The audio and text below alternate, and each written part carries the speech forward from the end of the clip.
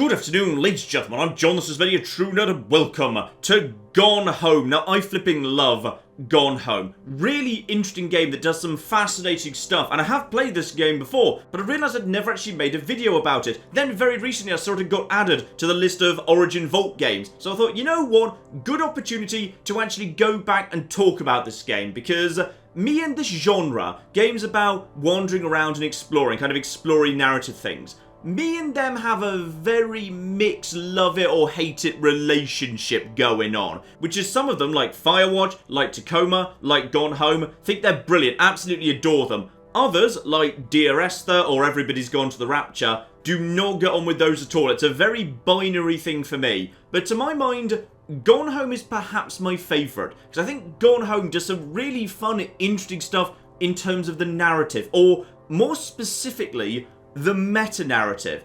And it starts right here on this opening title screen, which I just think is one of my favourite title screens in a game ever, which I know is a really weird thing to say, but hear me out here. Just look at what's actually on the title screen. You have got a big old mansion at night, in the dark, in the woods, with a single room lit up and a slightly creepily open door. Now let's dive in, but just keep that in mind because this is important. And we begin here in this little porch. So it's dark out, rain is beating against the windows. One of the lights is just kind of, you know, flickering on and off. And as we go to the door, we see our first little note here. Katie, I'm sorry I can't be there to see you, but it's impossible. Please, please don't go digging around trying to find out where I am. I don't want anyone, Mom and Dad, to know. We'll see each other again someday. Don't be worried, I love you, Sam. And we've also got ourselves a locked door. This is me coming home. But the door is locked. No one actually seems to be here. Ooh, we've even got flashes of lightning outside. Now this is all meta-narrative stuff. Because no one has actually gone and said to you, hey, something is really, really flipping wrong here. But in a video game, when you're going into a mansion in the woods and it's dark and raining and light and thunder and the lights are flickering, it reminds me immediately of Resident Evil, of Eternal Darkness, of all of that sort of thing. By the way, just grab the Christmas Doug, put you down out the way, and we've got ourselves a nice house key. So now we can actually get inside. And it is dark. A dark mansion with flickery lights. And the first time I played this, and I'm really sad by the way this isn't the first time I played this, because I think the first time you play this is a really, really interesting experience, and I will do my best not to spoil things. The first time I played this, I was... Ooh, creaky noises as well. Mysterious creaky noises and drafts and whatnot. The first time you play this, you can't help but go into it and just kind of be very, very scared about what's actually about to happen next. Because the house is full of flickery lights. It's quiet. The soundtrack is very, very subtle. It's all very muted. There's a little creepy skull right there in the very first room. There's a lot in this game that I think is supposed to put you in the frame of mind of a horror game. The other thing I really love, by the way, is the game doesn't really give you much to go on. If you want to know things about this universe, you have to figure them out for yourself. So, you know, the game doesn't begin with, my name is Katie Greenbrier. In 1995, I came home, but the lights were all mysteriously off. What's happened? What happened to my sister Sam? Diddly diddly dee. Now, if you want to know these things, you've got to, like, you know, just look around, piece it together for yourself. So if you just kind of zoom in on your baggage tag right here, you can actually figure out, yep, I'm Caitlin Greenbrier, I'm logically in Portland, and that's the current date today, and all of that business. So you kind of like, you know, you piece together the universe by yourself, and at this point, you just start exploring, and you can start turning on all the lights to actually start, you know, figuring things out. So, you know, Janice Greenbrier, Senior Conservationist, Forestry Service, and Tacoma County. Ooh, I wonder if, yeah, Tacoma and the sequel, well, sort of sequel to this game, Tacoma, if they're actually related to each other. Ooh, interesting stuff. And here we go, in the drawer right here, worldwide timetable. I can actually figure out where I actually just came from. So, yeah, I was actually visiting Amsterdam, apparently. So that's flipping marvellous. So, or possibly, well, I departed to Amsterdam anyway. So back in 1994, I took a flight out to Amsterdam. I mean, really, what I should have done is taken a flight out from Florida to Norway, because they're so close to each other, it's just, you know, a really short hop. Though, to be honest, I'm not convinced that map's 100% accurate. And here we go, we've got ourselves an answer phone with some messages. Sam, where are you? Really? I need to talk to you. Please be there.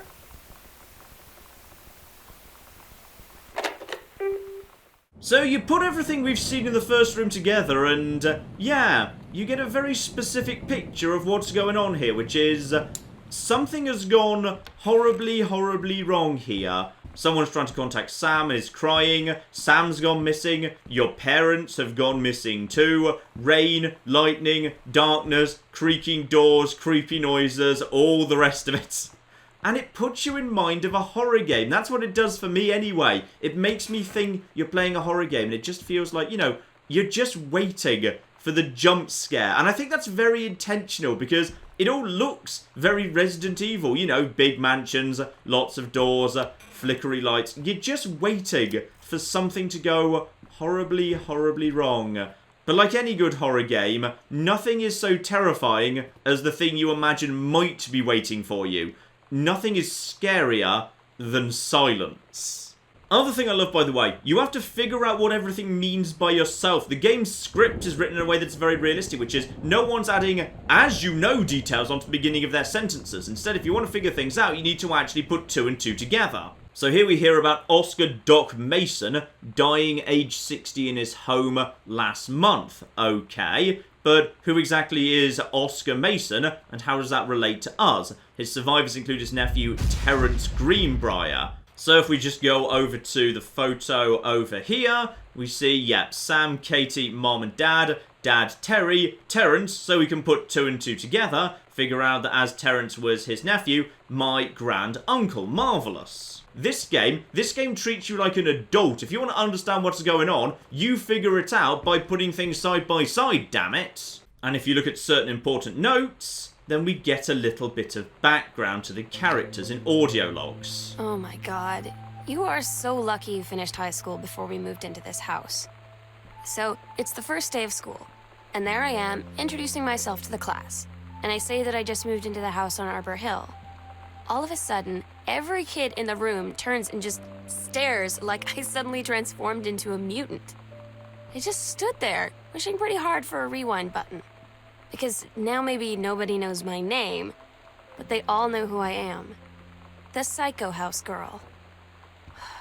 Great. I've always thought that Gone Home is a really good example of how to do audio logs though, because in Gone Home the audio logs don't drag on. There's no audio logs that just go on and on and on forever. Instead, like, every single audio log is very, very short indeed, so you can move straight on with the game without just, you know, standing around, bumbling around, waiting for it to end before you move on, which is very, very welcome indeed. Anyway, let's start finding out some more useful stuff here, piecing things together, all of that good stuff. In particular, why does everybody think this place is the Psycho House? Another thing I really love about the storytelling in this game, by the way, is it's very well observed. And I can say that because I've actually worked in one of the professions that's represented in this game, and it's done very, very nicely indeed. So the dad, and this is his study, basically does some work as a copywriter, a job where you're basically given a product and you have to write, you know, a little bit of marketing blurb around it. And if you actually just kind of examine the paper in the little machine here, then this is incredibly true to life. What he's actually got at the top there is the technical definition, everything that a copywriter would be given, what the item is, what its product code is, a technical definition of what it does, what its actual price is going to be, a full list of all of its features. So in this case, he's starting to play with the idea of being a jack of all trades. This can be all of your needs. You can do a bit of everything. It means you only need to buy one thing, combination, laserdisc, CD player, marvelous. So it's really, really true to life. Because if I was ever asked to write copy back in the days when I did work as a copywriter, this is the sort of thing I'd be given. And if this was the sort of product I was given, that's probably the direction I'd take the copy in. So there's a lot of very, very well observed, true to life stuff here. It's been very well researched. But if we look around the room, we can start figuring more about the father as well, which is, if we look up at the little board here, the game doesn't actually prompt you to read any of this. You can't click on it to get more details, but huge amounts of information about JFK and assassination and advanced technology, end World War II early, magic bullet theories, all sorts of conspiracy stuff going on here. And a book right here as well, Benjamin Almond, The Killing of JFK, a theory. You've seen the movie, discover the truth. A thrilling theory, I couldn't put this book down. So a whole bunch of stuff here about JFK assassination conspiracy theories. And over here in the corner, we do indeed have a bottle of booze, some whiskey, sort of hidden out of the way, where maybe he was hoping that no one would see it, because anyone just peering in from the door wouldn't be able to see it, so it's placed very, very cleverly indeed. Because, yeah, if he was kind of, very firm about his privacy, and like, this is my private study, then anyone in the doorway would never see that. So, hints of potentially alcoholism and some other problems he didn't want the rest of his family to know about. And you don't need to know any of that. You don't need to read any of that. You don't need to figure it out. But it paints a picture.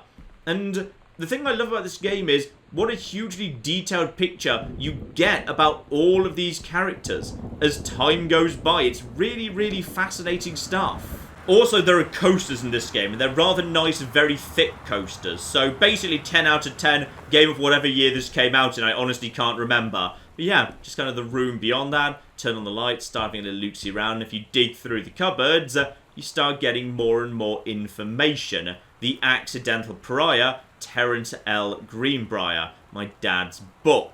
A message from our future saved the president's life once, but within the next 24 hours, there will be another attempt, and the lines of communication are down. A James Bond for today's audience, compelling, a thriller worth its salt. So there we go. This is my dad's second book, officially. Some form of, book about JFK. So, that kind of puts this room in a slightly recontextualized light. Maybe he was just doing that research for, a bit of a thriller conspiracy book that maybe was quite successful. But then again, why were these books inside a box, hidden away inside a cupboard, when no one could actually see them? Why aren't these books displayed prominently within his own library? And just more and more questions start to stack up. And the game will answer all of them. The game, basically, if you're willing to actually do the research, dig for everything, you can find an answer to everything you want. I'm not sure there are really any unanswered questions about this game. And at the end of the room here, we've got ourselves a folder with a code and a letter. So, dear Terence, David asked me to write to you regarding the reviews you've been submitting the last few months. Frankly, they're becoming more trouble than they're worth from an editing standpoint. There's a word limit. It's your job to stay under it, not mine to cut back to it. Even then, it's becoming harder and harder to weed out the tangents and non sequiturs from the usable copy without heavy rewrites. The readers of Home Theatre Aficionado want to hear about the quality and value of the hardware, not ruminations on your childhood. If it were up to me, I wouldn't be writing this letter, I'd just be cutting you loose. There's tons of guys half your age who would take half your rate to write stuff I could actually use, but David's known you for a long time, and he's the boss, so I'm giving you one more shot on his say-so. You should write him a nice note thanking him for his patience and generosity. Look through your old stuff and start submitting reviews like that again. Then everybody will be happy. So we start getting more and more of a full picture about my dad here. Which is, tragically, he was clearly once an author of some repute, got some good reviews for his book, but these days, he's finding work only as a copywriter. And clearly, he's not enjoying it. He's leaving stuff half-written, his little kind of typewriter thing, whatever it is. And he's actually submitting copy that is not satisfactory, and only because of existing established professional relationships is he actually keeping his job at all. And of course, 0451... if we go back over to the little cabinet over here, there was actually a combination lock. And this brings us to a locked away document from some lawyers. Please find enclosed your original document and a typed copy for your records. Notarized copy has been filed at our officers. Marvellous. And it is the will and testament of my grand uncle. And technically, I don't think you actually need to know any of this at all. This is all entirely optional. This is just, a handful of side rooms off a corridor. There was no key in any of this. There was no, like, you know, secret key at the back of here that I need to actually progress. This is just as much as I choose to get to know the universe, because Gone Home, to my mind, is a really compelling, interesting story. And by the way, a few things I've actually missed here. Yeah, crumpled notes by the bin. And John Russell opened his eyes and saw them, the stars, twinkling as if he were lying on the grass in his family's yard in Massachusetts, even though that place was a million miles away. No, he blinked the sleep from his eyes, looking through the carbon-reinforced safety glasses of the space station Archimedes. Yes, he was a long way from home, but the future needed him.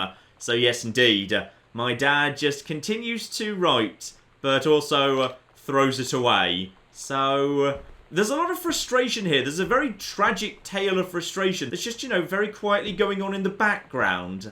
And I like that. It's a very nice way of doing storytelling. Also, oh my goodness, VHS tapes. I mean, looking at them now, I just kind of feel like that's ridiculous. They couldn't possibly have been that big, but they were. Oh my goodness, VHS tapes were massive. You kids today, you don't know how good you've got it. When we used to want to record things, we had to record them off the TV, and they were awful quality. And elsewhere in this room, more details about my dad. Presumably the first book that Dad wrote there. The Accidental Saviour, November 21st, 1963. John Russell knows that the president's life hangs in the balance, but who would believe him? So yes, indeed, just kind of a big, schlocky, thrillery thing, and, more importantly, fun little bit of history here. February 3rd, 1978. Terry, I know you're a published author and everything, but my editor at Hi-Fi Aficionado has too much review work to go around. He's looking for another freelancer. So this was when I started doing that work. And of course, Dave, the guy who my dad went on to build such a rapport with, that even after my work started slipping a bit in later years, I was able to keep the job anyway. And if I'm remembering correctly, this book right over here, Making Friends, Sam thought this might help. So Sam presumably was struggling to fit in at school, but that's probably not the sort of book you ever want to be given by your own dad. That's probably not helping. You know that feeling where the first moment you see someone, it's like they have a big gold star around them, and you have to get to know them? Well, there's this girl. I think she's a senior. She's usually dressed kind of punk. But sometimes I see her in this, like, army uniform, and she's always drawing in this notebook, looking so intense. I had no idea how I would ever, like, have an excuse to talk to her. Till I noticed she and her friends hang out and play Street Fighter at the 7-Eleven every day after school. And more information from Sam there, of course. Yeah, she's found someone she might want to be friends with. We'll dig into that as time goes by. Also, the addition of a crouch I find very interesting. So, of course, you know, sure, crouching lets you get into low places, but what else is crouching for? Crouching is for stealth sections, which just further reinforced in my mind when I first played this. Oh, creepy old house, sneaking, it's only a matter of time until something goes horribly wrong and I need to kind of, you know, stealth away from it. And, of course, mention of someone in an army uniform. We saw this earlier. There we go. Hang on. Let's get you in the light there. There we go. Someone who looks like they might be a little bit punky in an army uniform. And DeSoto written right there. Alright, and the pieces start coming together here. That's what I just love about this game. Like, you know, basically so far, I've explored like 3 rooms. I've explored the office, the library, and this living room. And I already feel like I've actually got, you know, a really good grasp on some of these characters. The tragic frustrations of the failed author dad who now has to work as a copywriter, a job he doesn't enjoy, but just kind of keeps out of, not really nepotism, but yeah, some form of favoritism by the boss. Sam, the girl who struggled to make friends at school and very likely was hugely frustrated by her dad's efforts to try and get himself involved in that sort of thing. You just feel like you know these characters off just a handful of rooms. It's great. And if we head into the next room along the corridor here, they've actually got a bar, which is really cool. I love the bar. Love the flipping bar. Not least as I actually had, well, okay, when I was growing up, the house I actually grew up in had a small bar in it attached to its little living room because it was a big old house and I was part of a big family. And here around the back of the bar, yeah, we get one of the real tragic letters of the game. Dear Mr. Greenbrier, I write to inform you that unfortunately Mercury Books will be unable to publish your follow-up to The Accidental Pariah. Despite the low sales of The Accidental Saviour, we went ahead with the publication of the second book in the hopes of the John Russell series catching on. However, sales of the second book have in fact been lower than those of the first, and so our stewardship of the series must end here. It has been a pleasure working with you as a publisher, and we wish you and John Russell the best in future endeavours. So there we go. He wrote 2 books, and neither of them sold that well. The first one, not great. The second one, even worse, and thus his publisher actually dumped him. And by the looks of it, yeah, he never actually went on to write much more. Anything he wrote in future, he ended up screwing up and leaving in his waste paper bin, which is very sad. Very, very sad indeed. And a bit more information here. We now know about the friend she was interested in, Lonnie. So you know what they say about the best laid plans of mice and men? Yeah, turns out it applies to Street Fighter too. At least I worked up the courage to walk into the 7-Eleven and ask for a turn, but all that practice at home did not exactly translate in the wild. So after I was finished getting my butt kicked, I followed them outside while they smoked. And that was when she asked me if I was that psycho house girl. But then she said she's always really wanted to see the psycho house. Her name is Lonnie. She's coming over tomorrow. There we go. Just another very brief audio log. They don't drag on. They're all very, very brief indeed, so you can get on with exploring. And, Katie, please, whatever you found, don't tell Mom and Dad. The attic. And now we start to get back into the dread. Like how this game just mixes, you know, there's this lovely little story of her and her new friend and, you know, whether they're romantically interested in each other or not. And you think, oh, this has got a lovely story. And then, you know, right next to it, you find, don't tell Mom and Dad what you found. The attic, don't! Scribbled out, scribbled out, scribbled out. And you're straight back to the flipping dread, obviously. So, upstairs we go towards the attic, I suppose. And of course, we're ascending up into darkness, because why wouldn't we be? So yeah, a whole bunch of rooms we haven't actually explored yet. Some will be open, some will be locked away. And here we go. The attic. All surrounded by slightly sinister red lighting. Sam's dark room. Do not enter if red lights are on. And the attic is locked. So that's going to be our final destination, but you've got to say, you know, red lights, glowing, end of hallway, lightning strikes, all of that business. It's a bit creepy. You feel like something's gone very, very, very wrong here. You can't help but feel that, especially with the notes you find. Oh yeah, and this is one of my favourite little tricks as well. When you go into the bathroom for the first time, there's, yeah, red smears all over the bathtub. And you're getting the feeling something horrible is going to happen in this house. And if you played Eternal Darkness on the GameCube, you may recall that, yeah, a great big blood in the bathtub jump scare was one of the most memorable moments of that. But then when you actually examine a little bit more closely, it is in fact just red hair dye. But it's a really good fake out, damn it. Lonnie brought her hair dye over today. She said, I need to fix these roots. Think you could help? Dyeing hair is weirdly intimate. I don't know if I've touched someone else's scalp before. It's pretty intimate, right? It felt intimate.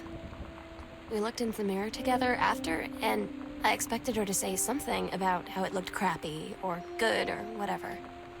But that's when she said, you're so beautiful. And she was looking at me.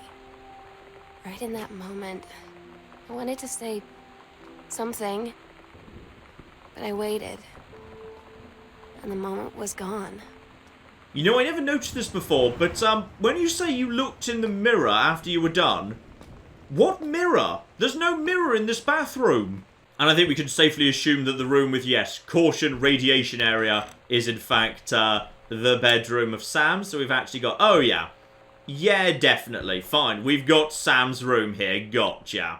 Oh, here's a fun thing that's really easy to miss, by the way, which is, yeah, if you just kind of dig around her desk, then one of her teachers says, hey, you should, like, go on a creative writing course, or to university, or however American education works, I don't know. But if you dig around, you can actually find her writing and how it evolves as she gets older. Like over here off the music room in the little cupboard, there's a little old children's story inside this box here. And you know, it's very, very short indeed. It's just about a captain who's looking for the edge of the world. And that's literally it. There's some evil pirates that try and stop her. She gets away. They sail off into the sunset, continuing to look for the edge of the world. But then if you actually go to her room and then dig around in her cupboard, possibly because she's a little bit embarrassed by the actual whole thing, and we get a much better written story, or rather the chapter of a story, starring the same character, Captain Allegra, but of course this one written much, much later on. And that's really interesting, because of course you have to think about what the family dynamic would be and how her dad would react to that, because rather crucially, if we actually look at the little kind of note here about the summer writing program, that's been handed over to Sam by one of her teachers. How did her dad react to this? His daughter being potentially interested and being encouraged to actually go into writing. Because, of course, you know, he was a writer, but was he actually that good of a one? Well, hard to tell, you know, just because someone hasn't successfully been... Well, in all fairness, he was successfully published. He was published twice, but it didn't sell very well. That doesn't mean he's actually not a good writer. We never actually... I can't remember whether we actually ever get to see the book. We see that little kind of snippet that he screwed up and threw in the bin that honestly wasn't great. It kind of feels like, actually, Sam has a more natural talent for writing. But how would her dad, who is clearly, you know, very frustrated about the fact that he kind of failed as a writer and, you know, got dropped by his own publisher, how would he react to her talent and her desire to go into the same field? It's just very interesting. There's such a fun dynamic between these characters. And sometimes what the dynamic was isn't spelt out. It's just kind of left to the player to speculate about. And now we must do the thing that in real life you must never, ever, ever do. For various reasons, including you're probably going to find things you really didn't want to find. It's time to open the bedside table drawers in my parents' bedroom. Never do this in real life, under any circumstances. It won't end well for anybody. Though on this occasion, we find ourselves, yes, a Holy Bible. And potentially rather of interest, Sam does have one too, but hers isn't in the bedside cabinet. Instead, she keeps it buried at the back of her room over here. So she was presumably given that by the parents, and she didn't throw it away or anything, but she did move it out of the way, not keeping it, you know, on her bookshelf, not keeping it in her bedside cabinet. So potentially we're dealing with religious parents here, and as of course we start getting into the idea of Sam and Lonnie's relationship, potentially that introduces, yeah, a major point of conflict we might have to be dealing with here. And more trouble as well, of course. We don't know much about the mother so far. We haven't heard much about her. But yeah, inside her little kind of bedside drawer, we have right here a note from her friend Carol. And yeah, it feels like her and her husband grew a bit distant from each other. But she does say, don't worry, Terry will get over whatever's distracting him. Things will go back to normal. But of course, yeah, we don't know exactly what that is. It could be various different things that might have actually been distracting him right there. And hidden under the bed, or kind of half hidden. Yeah, it's a good place to look for things, by the way, under the bed. Take your time. I'm glad to have it in good hands. Rick, we've got ourselves a little kind of bookmark there. The book in question, Walt Whitman, Leaves of Grass. Collection of poems first released in this form in 1892. Well, that's just flipping lovely. And the first hint of the mother's personality as well, or rather her hobbies. Yep, she was really into painting. So if actually we go further around the corridor, we actually find she had a little art room. Because of course, you know, her husband got his own little kind of office, library and writing room downstairs. So she's got her own little private space around here as well, where she could paint. So obviously she was in the process of painting these here flowers. You gotta say, she's pretty good. And off the art room, the first hint of a secret. A secret passage with Oscar's creepy old stuff in it. Also in this room, which is kind of more the mother's space, the mother, we've seen a couple of notes, you know, she worked in forestry, she was involved in a controlled burn at one point. Yeah, you find a book tucked away inside one of the boxes here. So, yes, he saved her from the raging flames, and then things really heated up. So, yep. That's what the mother reads in her spare time, and good for you as far as I'm concerned. It's also fun to try and figure out, like, you know, what each room was used for at various different times in its life. So, right now, this is officially just marked as the sewing room. But, you know, we do see down here, there's one of those cassette cases. There was clearly a gift from Lonnie. This note is actually, you know, between Lonnie and Sam right there. Inside the cupboard, we've actually got, yeah, a cool little outfit here, which is clearly designed to be an outfit for Captain Allegra and the First Mate. Your costume, my costume, L. So, yeah, someone out of Sam and Lonnie actually was quite talented at the old sewing. So, possibly, at some point in its history, one of the girls was actually, you know, living in this room, or it was a playroom, or their room. But then after I left home, the rooms got reshuffled a bit, and yeah, potentially they changed purpose, which is why some rooms contain mixed items from different people. Though maybe you can't help but be a little bit suspicious after we found that book about her maybe being into softcore erotica about, you know, sexy firemen. If we check out the forms over here. An evaluation by Janice of Richard Patamack, giving him exemplary across the board and generally just giving him glowing comments. And to this end, I will be formally submitting paperwork requesting his permanent reassignment to this facility. Now, is that maybe a hint of an affair? We'll see, of course. You know, we can dig into all of these things as time goes by, but quite possibly that might be what we've got a hint of here. And looking in this drawer here, we get ourselves another log. Sometimes you just have to lie to Mom and Dad. Like when Lonnie asked me to see a band with her and stay over at her friend's place in the city after. That's a lie to Mom and Dad's situation. But it was so worth it. The girls on stage were just so loud and real and awesome. And everybody was moving together like one huge tide of sound. Between two songs, Lonnie leaned over and said, "How do you like your first show?" I was so happy. I felt tears starting in my eyes. And then she up and hugged me. I think she could tell. And there's just all these little touches all over the shop that I just love. So yeah, actually in the parents' bedroom, we've got this tiny drawing of Mitten, our cat, by Caitlin, age 5. And yeah, back actually in Sam's closet, there's something else about Mittens as well. She actually kept the collar, because that was some time ago. I think Mittens has sadly passed away at this point. So there's Mittens, and there's actually their old address too. 1888 of Dry Creek Road. So sadly, Mittens passed away, but she decided to actually keep the collar. Okay, let's go and visit the Secret Passageway then, because the Secret Passageway seems awesome. And now we know about it, here, we can open the secret panel. Ooh. And here we start hearing about more secrets dotted around the house. Ghost Hunters, Sam and Lonnie's secret house investigation. Hidden compartments found, 3 so far. The library, just beyond the foyer and just opposite her room, right there. Evidence of the supernatural. None so far, though. Now, we've actually got ourselves these little panels. And we can start, you know, having a little look-see round at what's going on with all of them. And that unlocks a new tape. At Todd's brother's place after the show, there was only a futon to sleep on, so Lonnie and I shared it. The lights went out. I was turned toward her. My eyes started to adjust, and then I could see she was looking at me, too. In the dark, she smiled. My heart was beating so fast.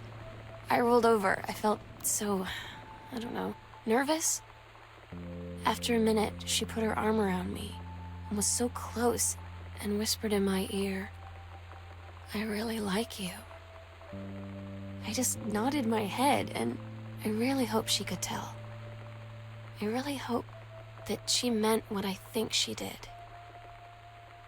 I felt like a shook-up can of soda ever since. I hope we have the chance to talk before I explode. And there we go, another sweet moment there. So probably the next thing I find will just be hinting that, you know, this house was built on an ancient Native American burial ground, and thus there are ghosts and whatever.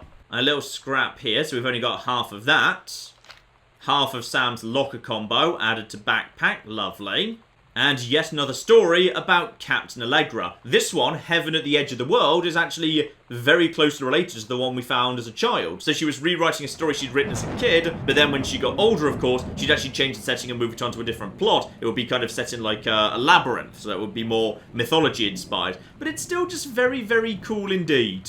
There's also the cute touch that in the first story, the first mate, who also seems to be the romantic interest of Captain Allegra, was male. But in this story, actually set in 1992, in 9th grade, there is actually a magical transformation where, yeah, the first mate is transformed by the Amazonians into a woman, and she will remain female during all of the subsequent Captain Allegra canon. Because, yes, there's actually in-universe continuity to Captain Allegra. And here we have got ourselves, yeah, a nice little Ouija board, so they were playing with supernatural stuff. And so they claim Oscar said he wanted to come back. But more importantly, we've also got the second half of the lock combination, which is just spot on. 0501, lovely. And here we see all of her flipping secrets. So she began smoking, because of course we know that Lonnie smoked. And she was also, yep, looking at slightly racy magazines right there. The clothes still have safety tags on them, so she was engaged in shoplifting. Dear-o flipping dear. Of course, that'll be Lonnie in 1994. Lonnie came over today, but everything was different. She was sitting at my desk chair, and she wouldn't look at me. Finally, I asked her what was going on. She said she felt like she'd done something wrong that night in the city. Like I must think... But I said no. There was nothing wrong. I just wanted to say... But I couldn't find the words. I felt like I was gonna cry, but I wasn't sad. She got up and sat next to me on the bed. I looked at her. Lonnie, do you think you could ever... And that's when she kissed me.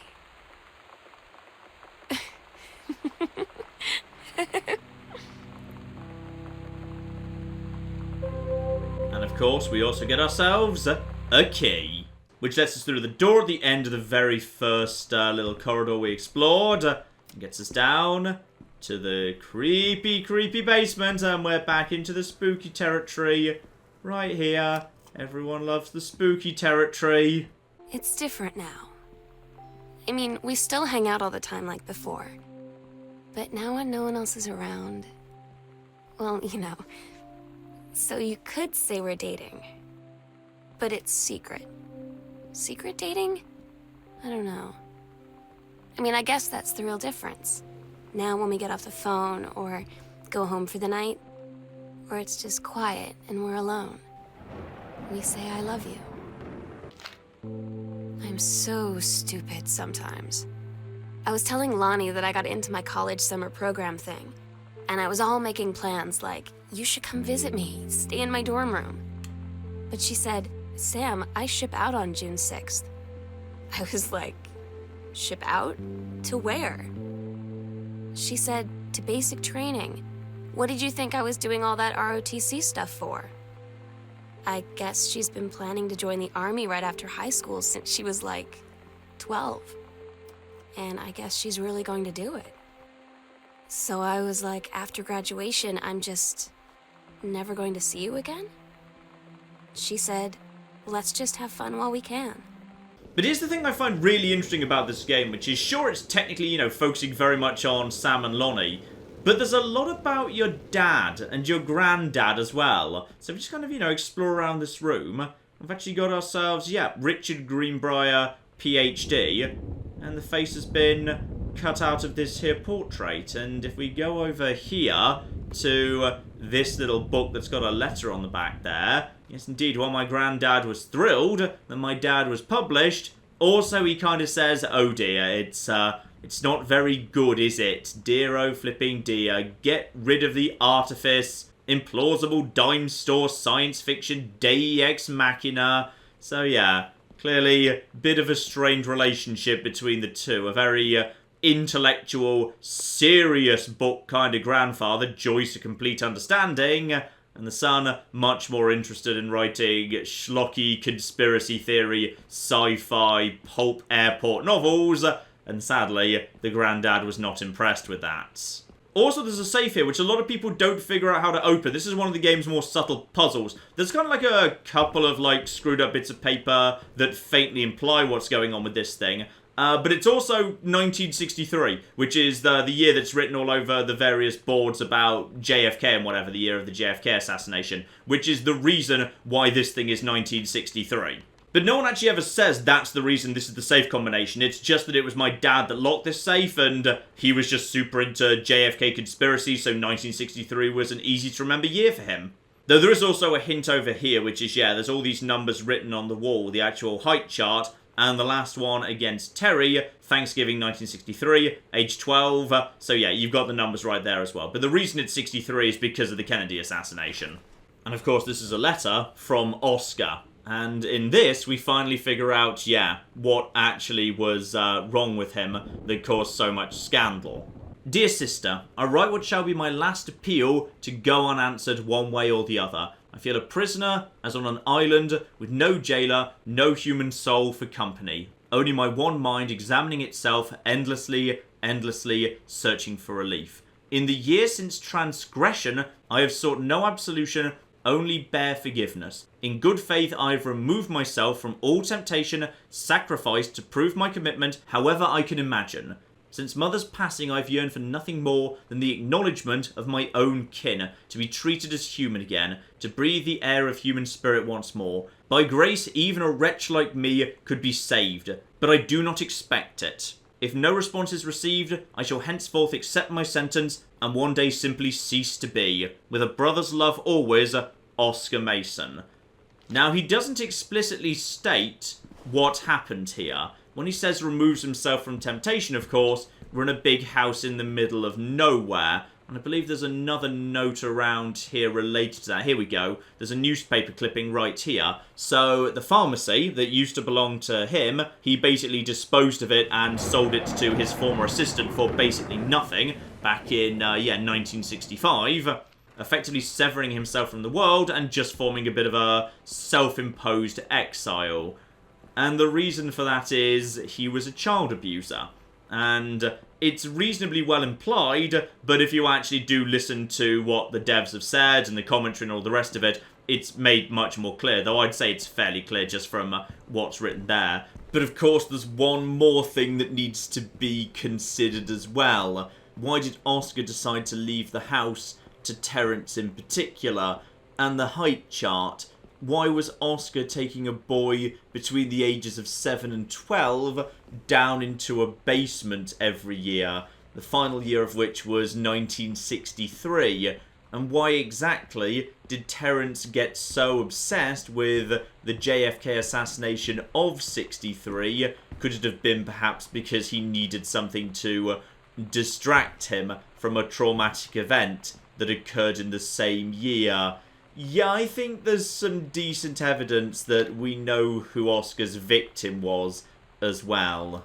And here we see Lonnie was unfortunately expelled because, yes, she was potentially a bit of a bad influence. I don't get Lonnie sometimes. Like, her band, and our zine, and her hair, and everything are all anti-authority. But I watch her in JROTC, and she's doing drills in perfect formation, following orders, no question. And there's all this stuff in the news about don't ask, don't tell. Like, she's going to join the army and then have to lie about who she is. She said they don't need to know what they don't need to know. Like it was no big deal. This from the girl who trashed her locker to, like, defend my honor. I've learned when to stop arguing, though. I don't think Lonnie even gets Lonnie sometimes. And we can reasonably assume that what she was defending was, yes, some people writing rather mean things because their relationship was known about. Which means it feels like it's only a matter of time before it somehow makes its way to the parents. And this note here is a worrying sign that that's exactly what happened. Katie, you know how Mom and Dad are. Not exactly super open-minded about things. It feels like every minute I don't spend with Lonnie, I spend worrying about them finding out about us. And what would happen if they did? You know Dad's joke about the nunnery that he'd tell whenever he brought boys around the old house? I wonder where he'd want to send me. And deeply worryingly, at least one of them was interested in looking into a documentary about a conversion camp, which is, yeah, very, very, very unpleasant indeed. Oh, and by the way, my mum decided to go to a concert with that guy she promoted, so yeah, that's a thing. I had an interesting talk with Mom and Dad tonight. One you were never gonna need to have. I mean, you've known, right? I've known. I've known since, like, She-Ra. Mom and Dad didn't, I guess. But they saw the zine and the stuff on the locker, and they were like, is there something we should know about you and Lonnie? And so here's the thing. I was prepared for them to be mad, or disappointed, or start crying, or something. But they were just in denial. You're too young to know what you want. You and Lonnie are just good friends. You just haven't met the right boy. It's a phase. That's what I didn't see coming. That they wouldn't even respect me enough to believe me. Well, joke's on them, because they're in for one very long phase. And inside this little greenhouse off the side of the house no one seems to actually go into, secrets. 1, a note. Midnight, final preparations are complete. A secret passage under the stairs. We agreed our last night together would be our happiest ever. And we'd forget tomorrow was going to come at all. It worked for a while. We had a good time seeing Oscar off. Then ran up to the attic to look through our photos. To find one for Lonnie to take with her. And looking at them, I realized they were all in the past. And there wouldn't be any more. And I didn't know what I was going to do. And I cried. And she held me. She said she knew it was hard, but life would move on. I said I didn't want my life to keep moving without her. That's when she cried too. I was so exhausted. I must have fallen asleep like that, in her arms. In the morning, I woke up, and I was finally alone. And things are starting to go a bit dark there, but there's one other thing, and I love the fact this game goes all over the place on tone. Things go places you might not necessarily expect, which is over here, this, like, you know, little quiet, private, out-of-the-way room. My dad also took up writing again. He may have been doing copywriting in his office, but over here there's something else entirely. The Accidental Human, the 3rd book in his series. And as for his marriage that's clearly in a bit of trouble, yep, he's actually booked himself a little kind of couples retreat, couples counselling as well. So actually, there's a bit of, you know, nice optimism for these two at least. He's been rereading his old books, he's filled them full of post-it notes, he's been noting, figuring out what to do here. And not only that, those books, which of course have different covers from the ones we saw originally, they've been reprinted. And he's shown an interest in trying to potentially sell the 3rd book again.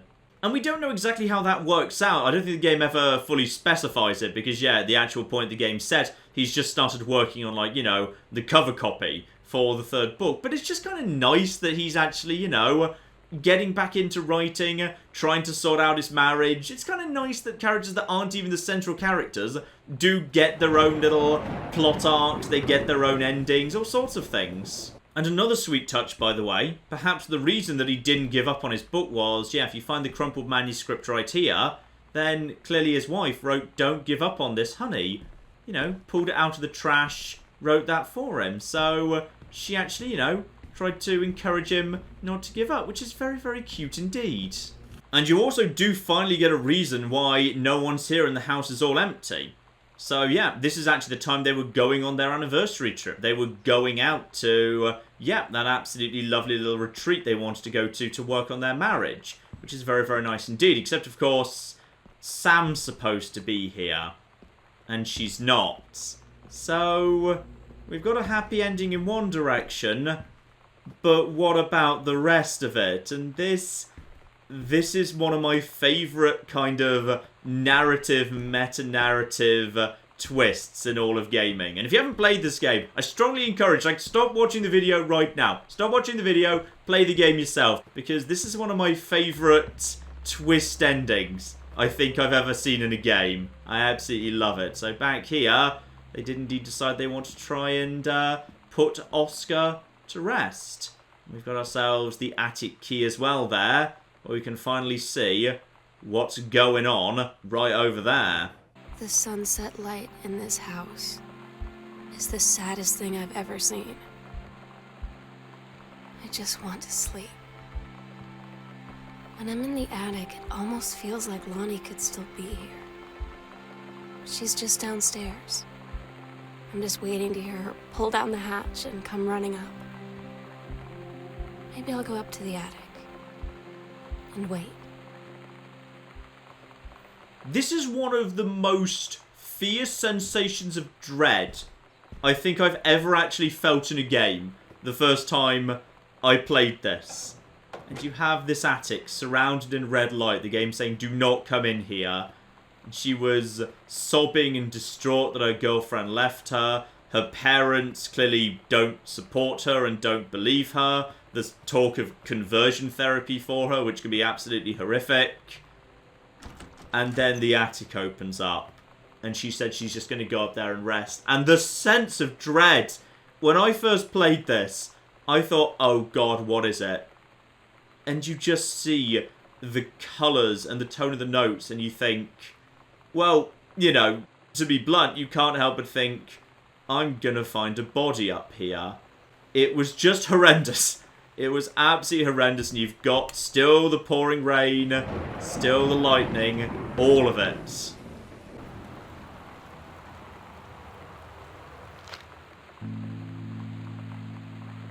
Oh my God. Katie, I fell asleep in the attic, in Lonnie and my old spot, and I missed the first 2 calls. I just barely caught the 3rd one before the machine got it. And it was Lonnie, on a payphone. She'd been on the bus to Basic, and she said she couldn't think of anything but me and us, and that she couldn't go through with it, with the army and being apart and all of it. And so she got off the bus in Salem. She said, Sam, I want you to pack up everything you can and get in your car and come find me. And let's just drive until we find somewhere. For us. And she asked me if I could do that. And I said yes.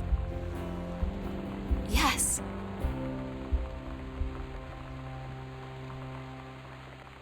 And that, broadly, is the end of the game.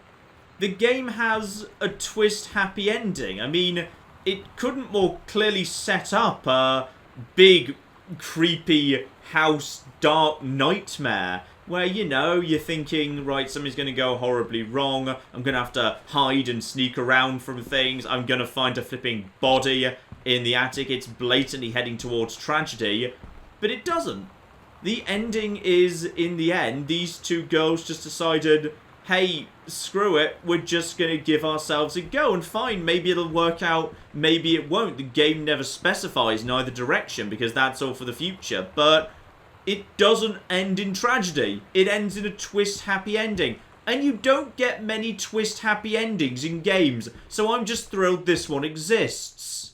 And that, ladies and gentlemen, is Gone Home. Not quite all of it, mind. I kind of cut out some of the audio logs for length, and there's like a little subplot about Sam and her childhood friend Daniel that's kind of sweet that I pretty much entirely cut out, just because I kind of wanted to keep things focused on the core narrative. I just think it's a game that works so well. I find it very emotionally effective. I find it very clever narratively.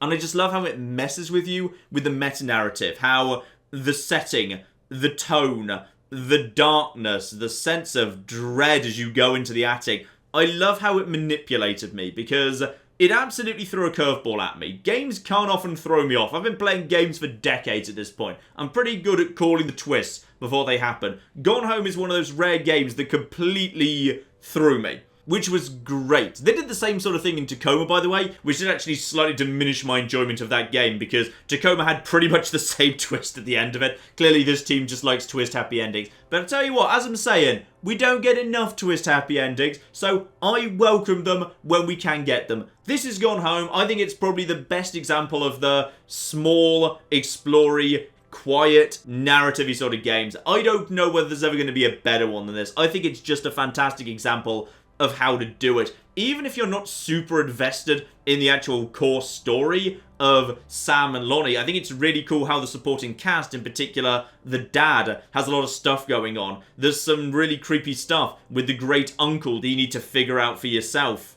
It's an interesting game, and as it's currently free on Origin, I just thought, you know what, let's just go back and examine it, because I think it's a fascinating little one. We'll leave things off there, obviously, because, you know, the game's done. There's a bit more to it than what I've shown, so if you happen to have a membership to Origin, it's worth having a look at. I think it's a really interesting experience. I enjoyed this. I enjoyed Tacoma. I hope the team go on to do more of this sort of thing. They're very flipping good at it. But in the meantime, I've been John. This has been Many a True Nerd, and this has been Gone Home. Thank you very much, and goodbye. This guy's enjoying that. This guy's enjoying his elephant a bit too much. Oh my god. In Fair Verona, we set our scene. Oh my god, Becky, look at her butt. It is so big. They've managed to glitch inside one of the buildings. Elephants in the rear! And then in come the chariots!